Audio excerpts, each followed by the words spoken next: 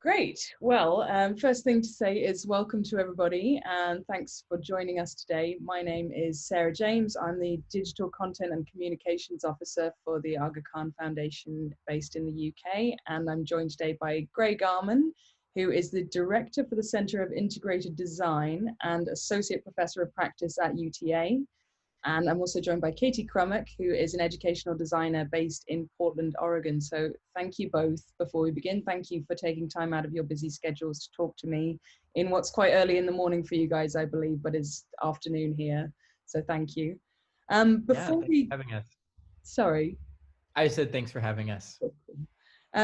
So before we get into the work that you're doing right now with AKF and the team at Schools 2030, I was hoping you could both just give me a little bit of information about your professional backgrounds and how you kind of came to work together, how you came to design thinking work, and how you came to work with AKF as well.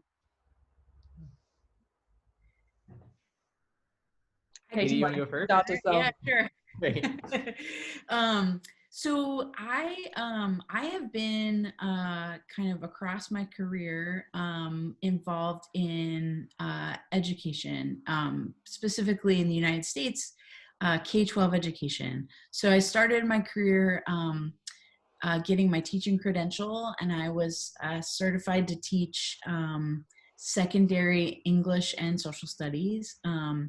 And then I had an opportunity, so I went to college in a small rural town in the Northwest of the United States. And there was a professor who taught some of my courses at Whitman who was gonna start an innovative independent school in Walla Walla is the name of the town. And he asked me to join him. So my first real job was trying to think differently about how we create school experiences for students and how we really elevate their voices and their interests and do that in a way that creates interdisciplinary, real-world, project-based learning. And that was where my values were anyway. I think that's why Dan asked me to help him start the school. But I just had this unique opportunity to really jump into thinking differently about how we do school at the very beginning of my career. And right around the same time in the United States, the No Child Left Behind legislation had been passed. And there was a really strong emphasis and focus on testing and kind of really focusing most of instructional time on developing these basic academic skills. And that wasn't kind of what I had envisioned for how I would work with students. I didn't want to have that focus on testing and kind of preparing for testing. And so I found myself after helping start the school, having the opportunity to try and think differently about school in other capacity as well. So I never went back to the formal education system. I started working at an education nonprofit kind of startup organization that matches underprivileged middle school kids with apprenticeships in their dream jobs. And I did program development for them. And that was in the Bay Area in San Francisco. And during that job, I encountered a group of people based at Stanford at the Design Institute there who were using design tools to think about how to do K-12 education differently. And I connected with them and did a couple projects and then eventually ended up getting a job working at the D School, first on the kind of operations team and then with the K-12 group. And really learned design thinking by doing it, by apprenticing and working with my mentors and folks there, and started then training teachers and school leaders in the process as a set of tools to actually think differently about making change. And when I came to it, I was so inspired by the idea that there was a set of tools and language to do the work that I'd been trying to do, kind of hacking at it. And that was just so inspiring to me. So, and that moment kind of changed the trajectory of my career. And I stepped into more of a role of helping to build capacity in other people to then think differently about how we do education. I have an academic spouse, professor, and so that took us to Dallas, Texas, where I met Gray.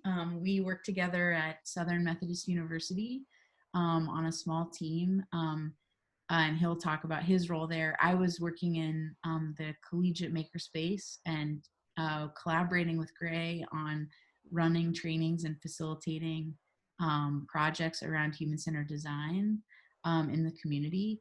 And then we had the chance to move back to the West Coast and to closer to home. And so moved to Portland, Oregon a couple years ago and started working independently. And Gray and I, although we're not employed by the same institution anymore, have just continued to collaborate on a number of projects together and really enjoy working together. And so I met Munir Ahmed, the global lead for innovation at the Aga Khan Foundation, because I was facilitating in the Design for Social Systems program at Stanford. So I'm still connected there and facilitate and coach there. And he reached out a little less than a year ago and was looking for support in terms of building a toolkit for Schools 2030. And then I asked him if I could bring Gray on board, and Gray joined, and it's been a really amazing collaboration on this project and on other things that we're doing. But this project has been a big effort, so it's been a really great opportunity to work a lot together. So I'm grateful for that, for sure. Great. I mean, really striking some of the stuff you said there to me. I remember, particularly around testing, and you not wanting to go back into the sort of world of testing or that kind of very formal style of education. And I remember some kids in my school who were so good at certain things, but when it came to testing, they just couldn't do it. So it's really interesting to me to find out about people innovating in this sphere and doing sort of more things to encourage the best from students. And in terms of your partnership, I remember you saying in one of our sessions, so you've had the sort of educational background, Katie, and come to design, whereas yours has been the reverse, Gray. Is that right? Yeah, I think that's one of the great reasons why Katie and I like collaborating and get along so well, is that so my career really started in the world of design, and I've moved into education. So a little bit about my background is that I grew up in Texas. I'm 5th generation Texan, so I'm sort of like very rooted in one place. But my educational background was in architecture. So I went to architecture school and sort of learned all the traditional craft of a very long creative degree about building buildings. My dad is an architect. My grandfather was an architect. So it's sort of in the family. But one of the things that I was also really interested in was about applying the skills and methods and discipline of architecture to other sort of places or other projects that were maybe not traditional places for architects to work. And so when I was in school, there was kind of an emerging movement around participatory architecture, sort of co-creation of spaces. And so some of my professors and some of the other students in school were starting to kind of dabble in this practice. And so on the one hand, I would be sort of designing like high rises or museums in my studios. And then on like nights and weekends, I would be going out to sort of East Austin and building like pop-up playgrounds out of like leftover building materials with community members. And so as a young person, it sort of always felt like I was kind of doing one or the other. And so after architecture school, in lieu of going to get a traditional architecture job, I joined something called the United States Peace Corps, which is part of the US government. And we're called volunteers, but we're supported by the government in a very minimal way. And they send us over to communities all over the world to work on development projects. And so I was selected and joined the Peace Corps. I was in West Africa and Ghana, in the northwest region of Ghana. So I was one of the most remote volunteers. And a lot of that was a real interest in trying to understand other parts of the world, to live in communities, and to sort of, and the goal of the Peace Corps is actually very much about understanding your community and sort of supporting them to be responsive to whatever needs that they have. And so I was actually placed as an environment volunteer. So I had a little bit of experience. I have a lot of experience in design, a little bit of experience around sort of like farming, and they give you a lot of training around that. And there's a lot of language training. And I went to my community, but when I got there, they didn't really need that much support with farming or gardening or things like that. So I actually spent a lot of my service sort of getting to know my community, asking a lot of questions. I got to know everyone because I started drawing a map of my village. And in doing that, which is an architecture skill, sort of like mapping and site planning and things. And through that practice, I started to get to know everyone and discovered some real missing gaps around sanitation in my community. And so I spent the better part of my time there building composting latrines in collaboration with the community. We built them every market day over the course of a year, and with a little bit of fundraising and a lot of sort of community volunteer work to make it happen. So when I got back from the Peace Corps, I went back to architecture school. So I went to get my master's of architecture from the University of Pennsylvania, where I sort of then was kind of back in the world of design completely. So like fully immersed in the high design of sort of all of the technology and all the spaces, and seemingly another museum. I think school loved us designing museums. Maybe there's some highbrow something there. But I was always still trying to find this balance because, again, and I can articulate it much better now, but for many years, I think it was more of just like a hunch or an interest in what I wanted to do. So I kept sort of trying to take the skills of design and apply them to problems that felt more impactful or more important or something bigger to the world than just a building. Sure. And so while I was in grad school, I was a part of a social entrepreneurship fellowship where I learned about human-centered design for the first time and design thinking. And kind of like Katie, and we've talked about this before, that when I was introduced to this set of methods and the vocabulary and the practices, a light bulb went off because I had been doing all of those things, but didn't know what to call it, you know? So living in a community, working with a community, understanding their needs, responding to that with something designed and made, and then sort of using that iteratively to grow and make sure that you're having real impact. It's like I was sort of bushwhacking all of those things until I now knew what this discipline was. So actually, I wrapped up my architecture degree and I worked in the world of architecture for continued. So, you know, I've been about 10 years in architecture, was continuing to design healthcare, hospitals professionally. But I started writing this graduate program in design thinking with a colleague of ours, Kate Canales, and that was for Southern Methodist University in Dallas. So when the degree program was finally sort of achieved or like approved by all the president of the university, I left architecture full time to start teaching. And I think that was also a pretty important moment where I realized that as a designer, I can work on a finite amount of projects in a lifetime. You know, you can build a studio, you can collaborate, but there's only enough time in a day, in a life, to get these things done. And realizing that if my goal, if I believe really in the power of design to have great impact in the world, and I really want to share that, and I believe that lots of people can do this, that education felt like the vehicle to make that happen. So I really see myself as a designer now, as an educator, but really sort of a designer of educational experiences. So I sort of have brought those same skills to the classroom. And so, so Katie and I met at SMU. I was a professor and the co-founder of this graduate program in design, where we got to collaborate and work on a lot of projects together. And then about 2 years ago, I was invited to the University of Texas in Austin to help launch their new School of Design and Creative Technologies. So now I run an undergraduate center that offers design classes to any and all students at the University of Texas. And it's brand new, so we're growing. But the idea is that every student at UT will have a chance to learn a little bit of design and integrate it into whatever their major or discipline at the university is, so that it starts to have this bigger impact. So yeah, and as Katie said, it's been this incredible opportunity that even though we've sort of gone to different corners of the United States, that we've over Zoom and telephones and travel when we could travel, have had a chance to work on several projects together, which has only grown our friendship and really increased our chance to do some exciting stuff together. So that's kind of what got us to today. That's really cool and really fascinating to hear the sort of journey from the design of spaces, which, you know, you obviously you would look at the needs of the people that are going to use the space to, you know, inform how it works. So to take that into the more sort of, not metaphysical, but you know, the non-physical space of sort of program design.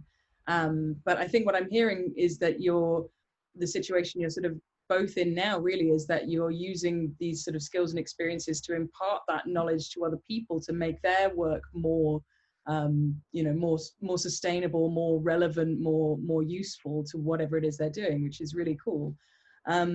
Well, I guess that brings us quite nicely to the work that you're doing with AKF and the Schools 2030 team, which is obviously a lot of it now is to help colleagues engage with some of the problems that have come about as a result of the pandemic. But it was initially supposed to be something that was done in person. So I was hoping you maybe both would speak a little bit as to what the kind of initial need that you were sort of brought on board was to serve with Schools 2030 when trying to do this design work, and how, if at all, the pandemic has sort of shifted the emphasis.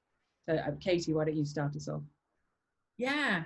So one thing that was really exciting to me when Munir reached out was this idea of creating a toolkit to really put into the hands of people on the ground in the community where we're trying to create an impact and see change.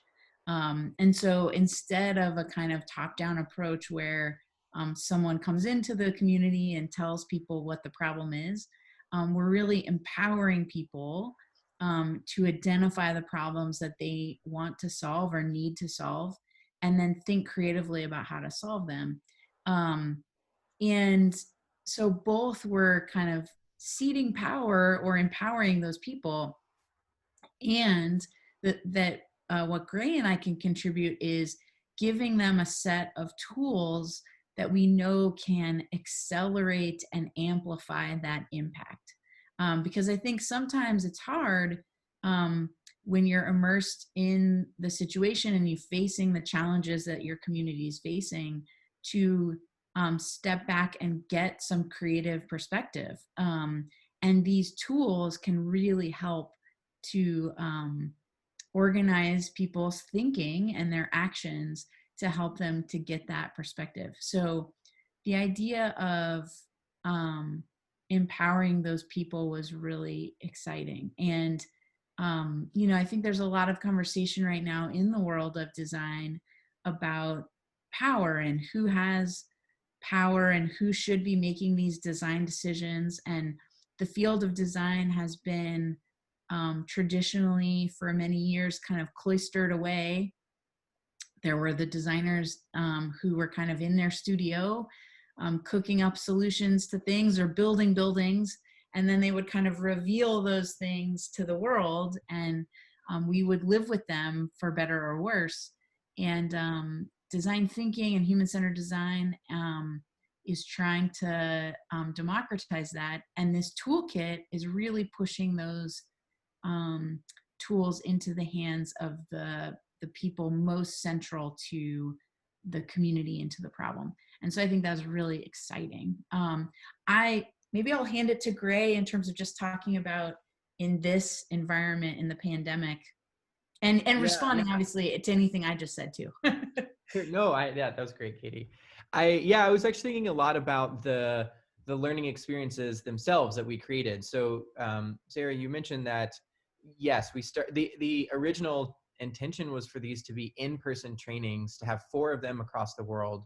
And this was pre-pandemic. So we were able actually to have the first one in East Africa. So we met in Nairobi. We were there for a week.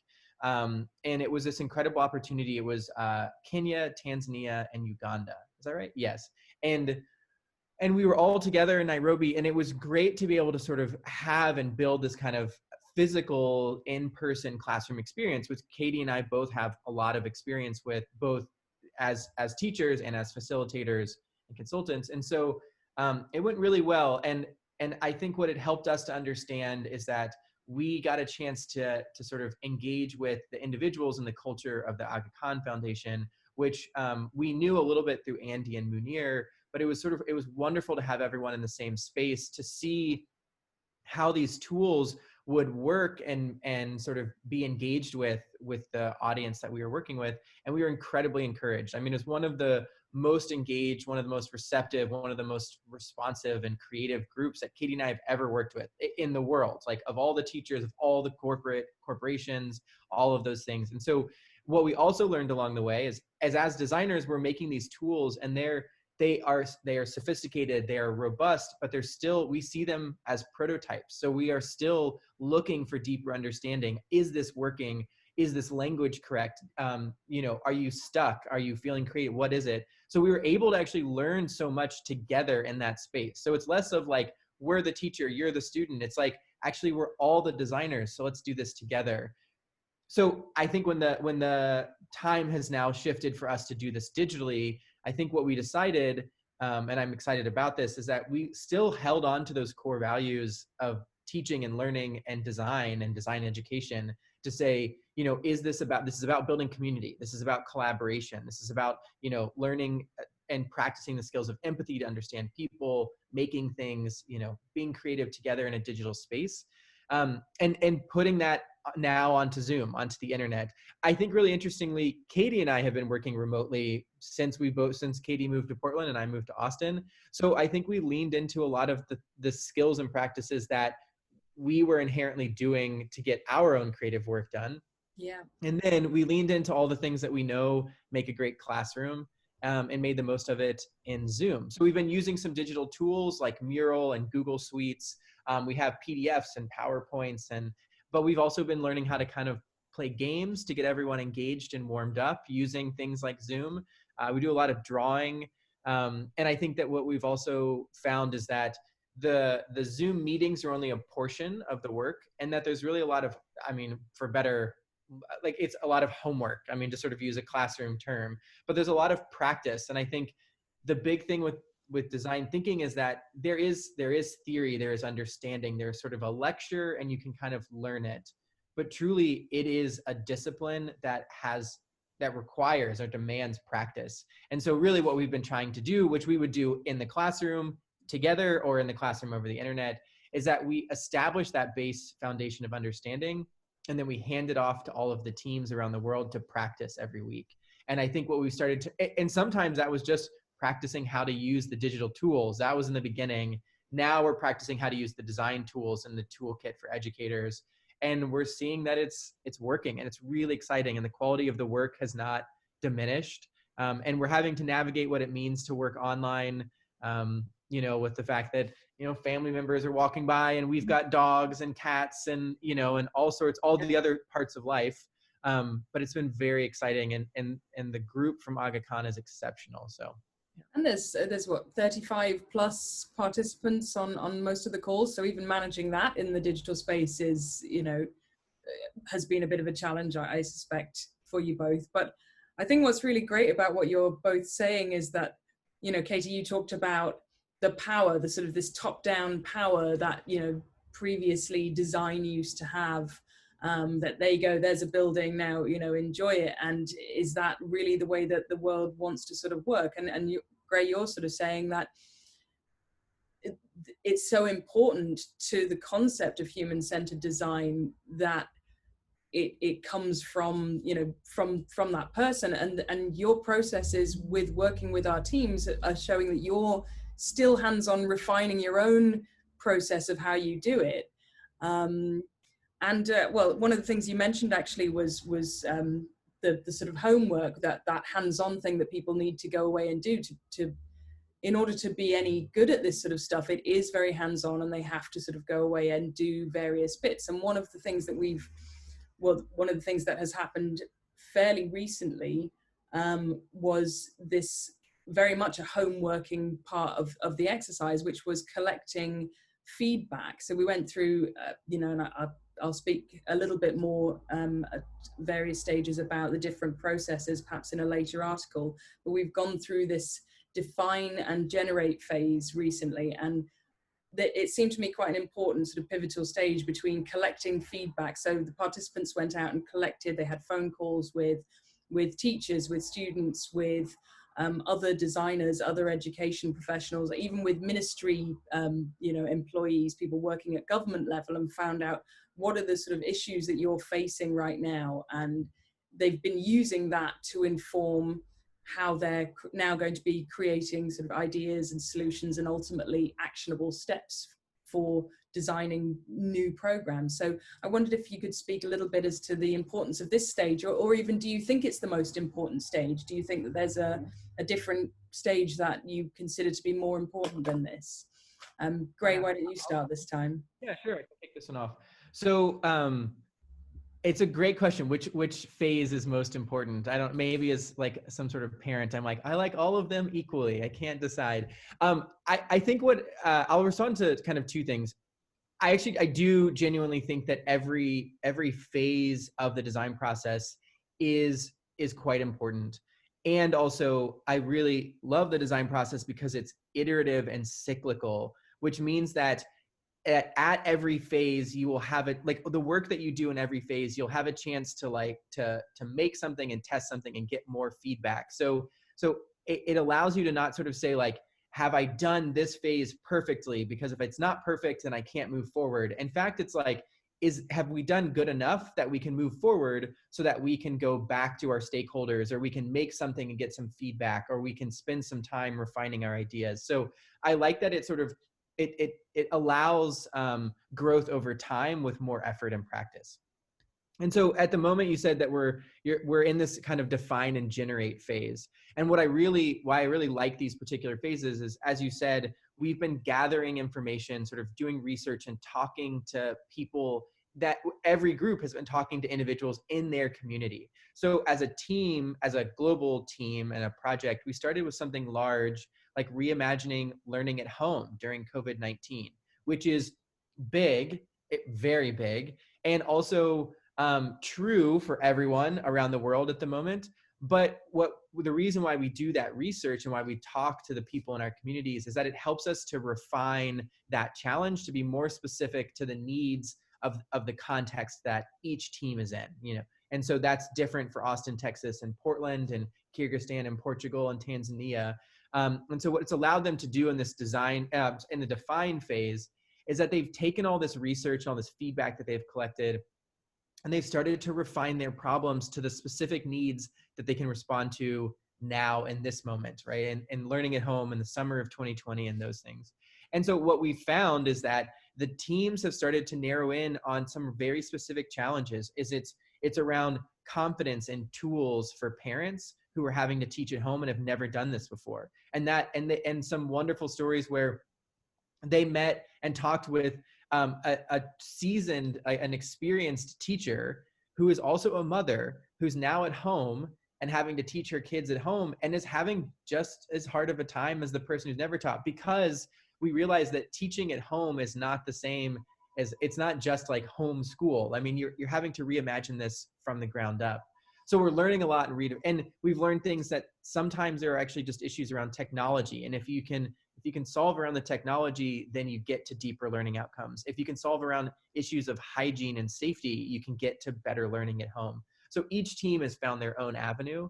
I do think that this define moment is quite important because it is, Katie talked about this earlier, but designers traditionally do a lot of stuff kind of behind closed doors, where you go out and you have client meetings and you learn things, and then everyone scurries back to the studio, and then you come back out to the public and you're like, here's our great idea.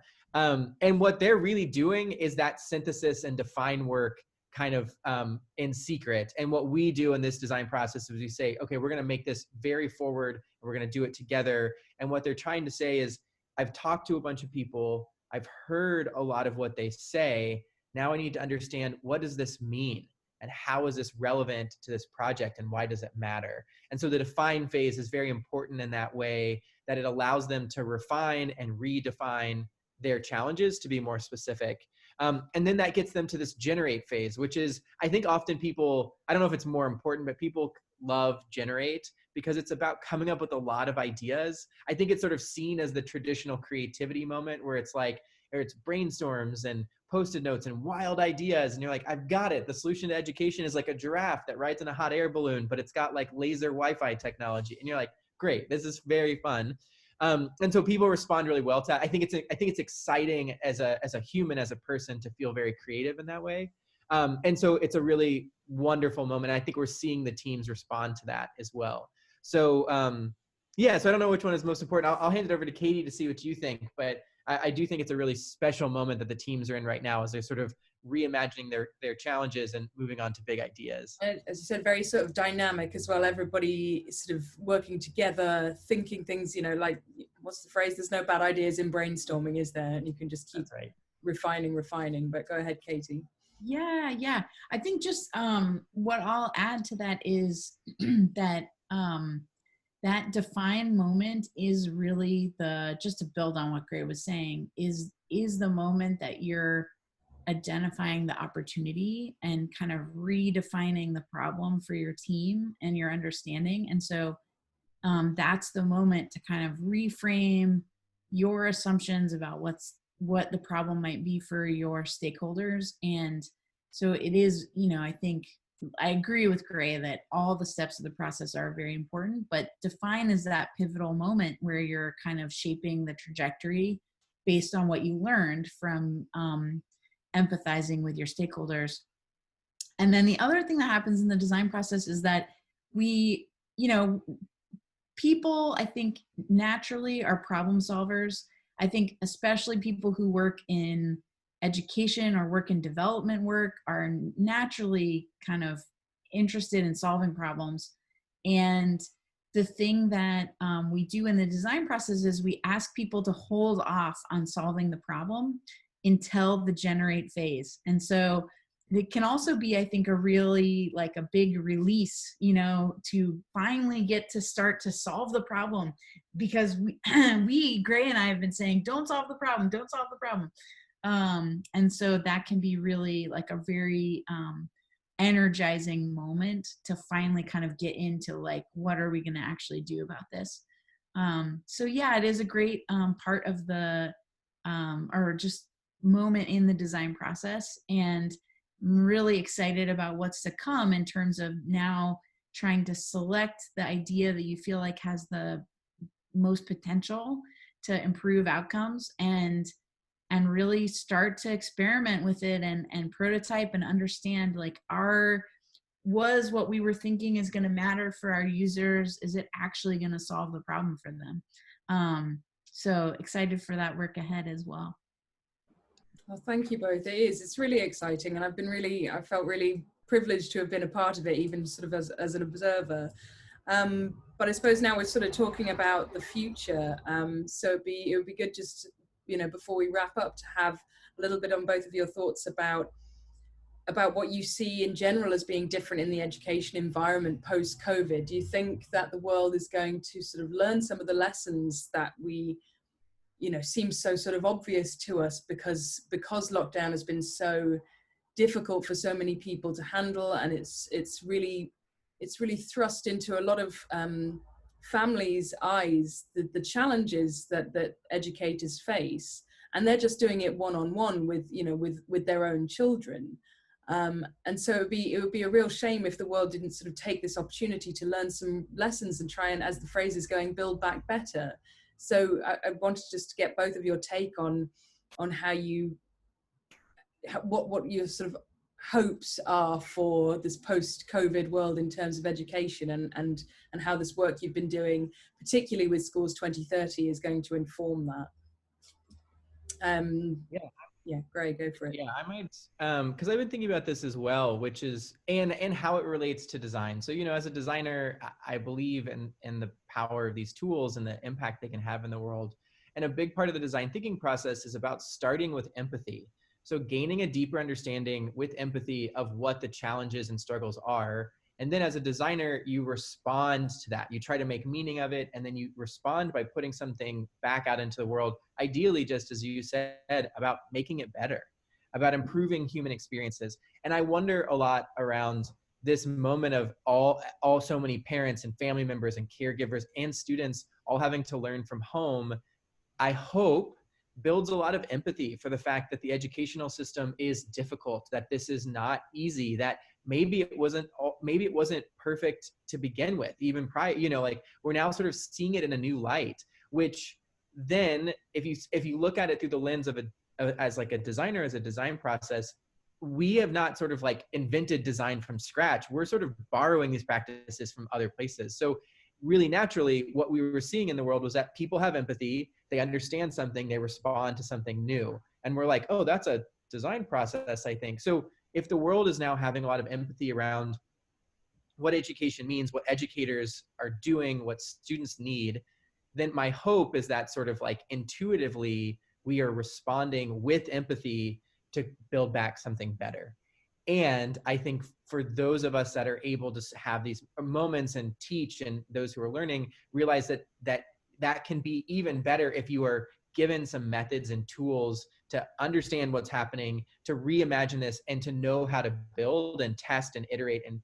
And so I am really excited by the possibility that maybe implicitly and globally, we're building some empathy and responding better. But also the individuals that we're working with are realizing that there are tools and methods to make that reimagining more successful. And I think we're already seeing it, that with a little bit of practice and with a little bit of methodology, that the ideas can be more focused. And I think, the thing that I love with this process is that I can't ever tell you what the outcome will be, and I can't guarantee the impact, but what I do know is that I trust in this process. I've been through this enough times that I know that if we go through it and we're diligent and we practice, the outcomes will be better, and the experiences will be improved for the people that are involved. And so we're right in the middle right now, which is sort of this classic moment where it's like, are we going to change education? Are we going to solve everything? And it's like, maybe, but what I do know is that if we continue the work, the things that will come out will be so helpful to the people and the communities that they're working.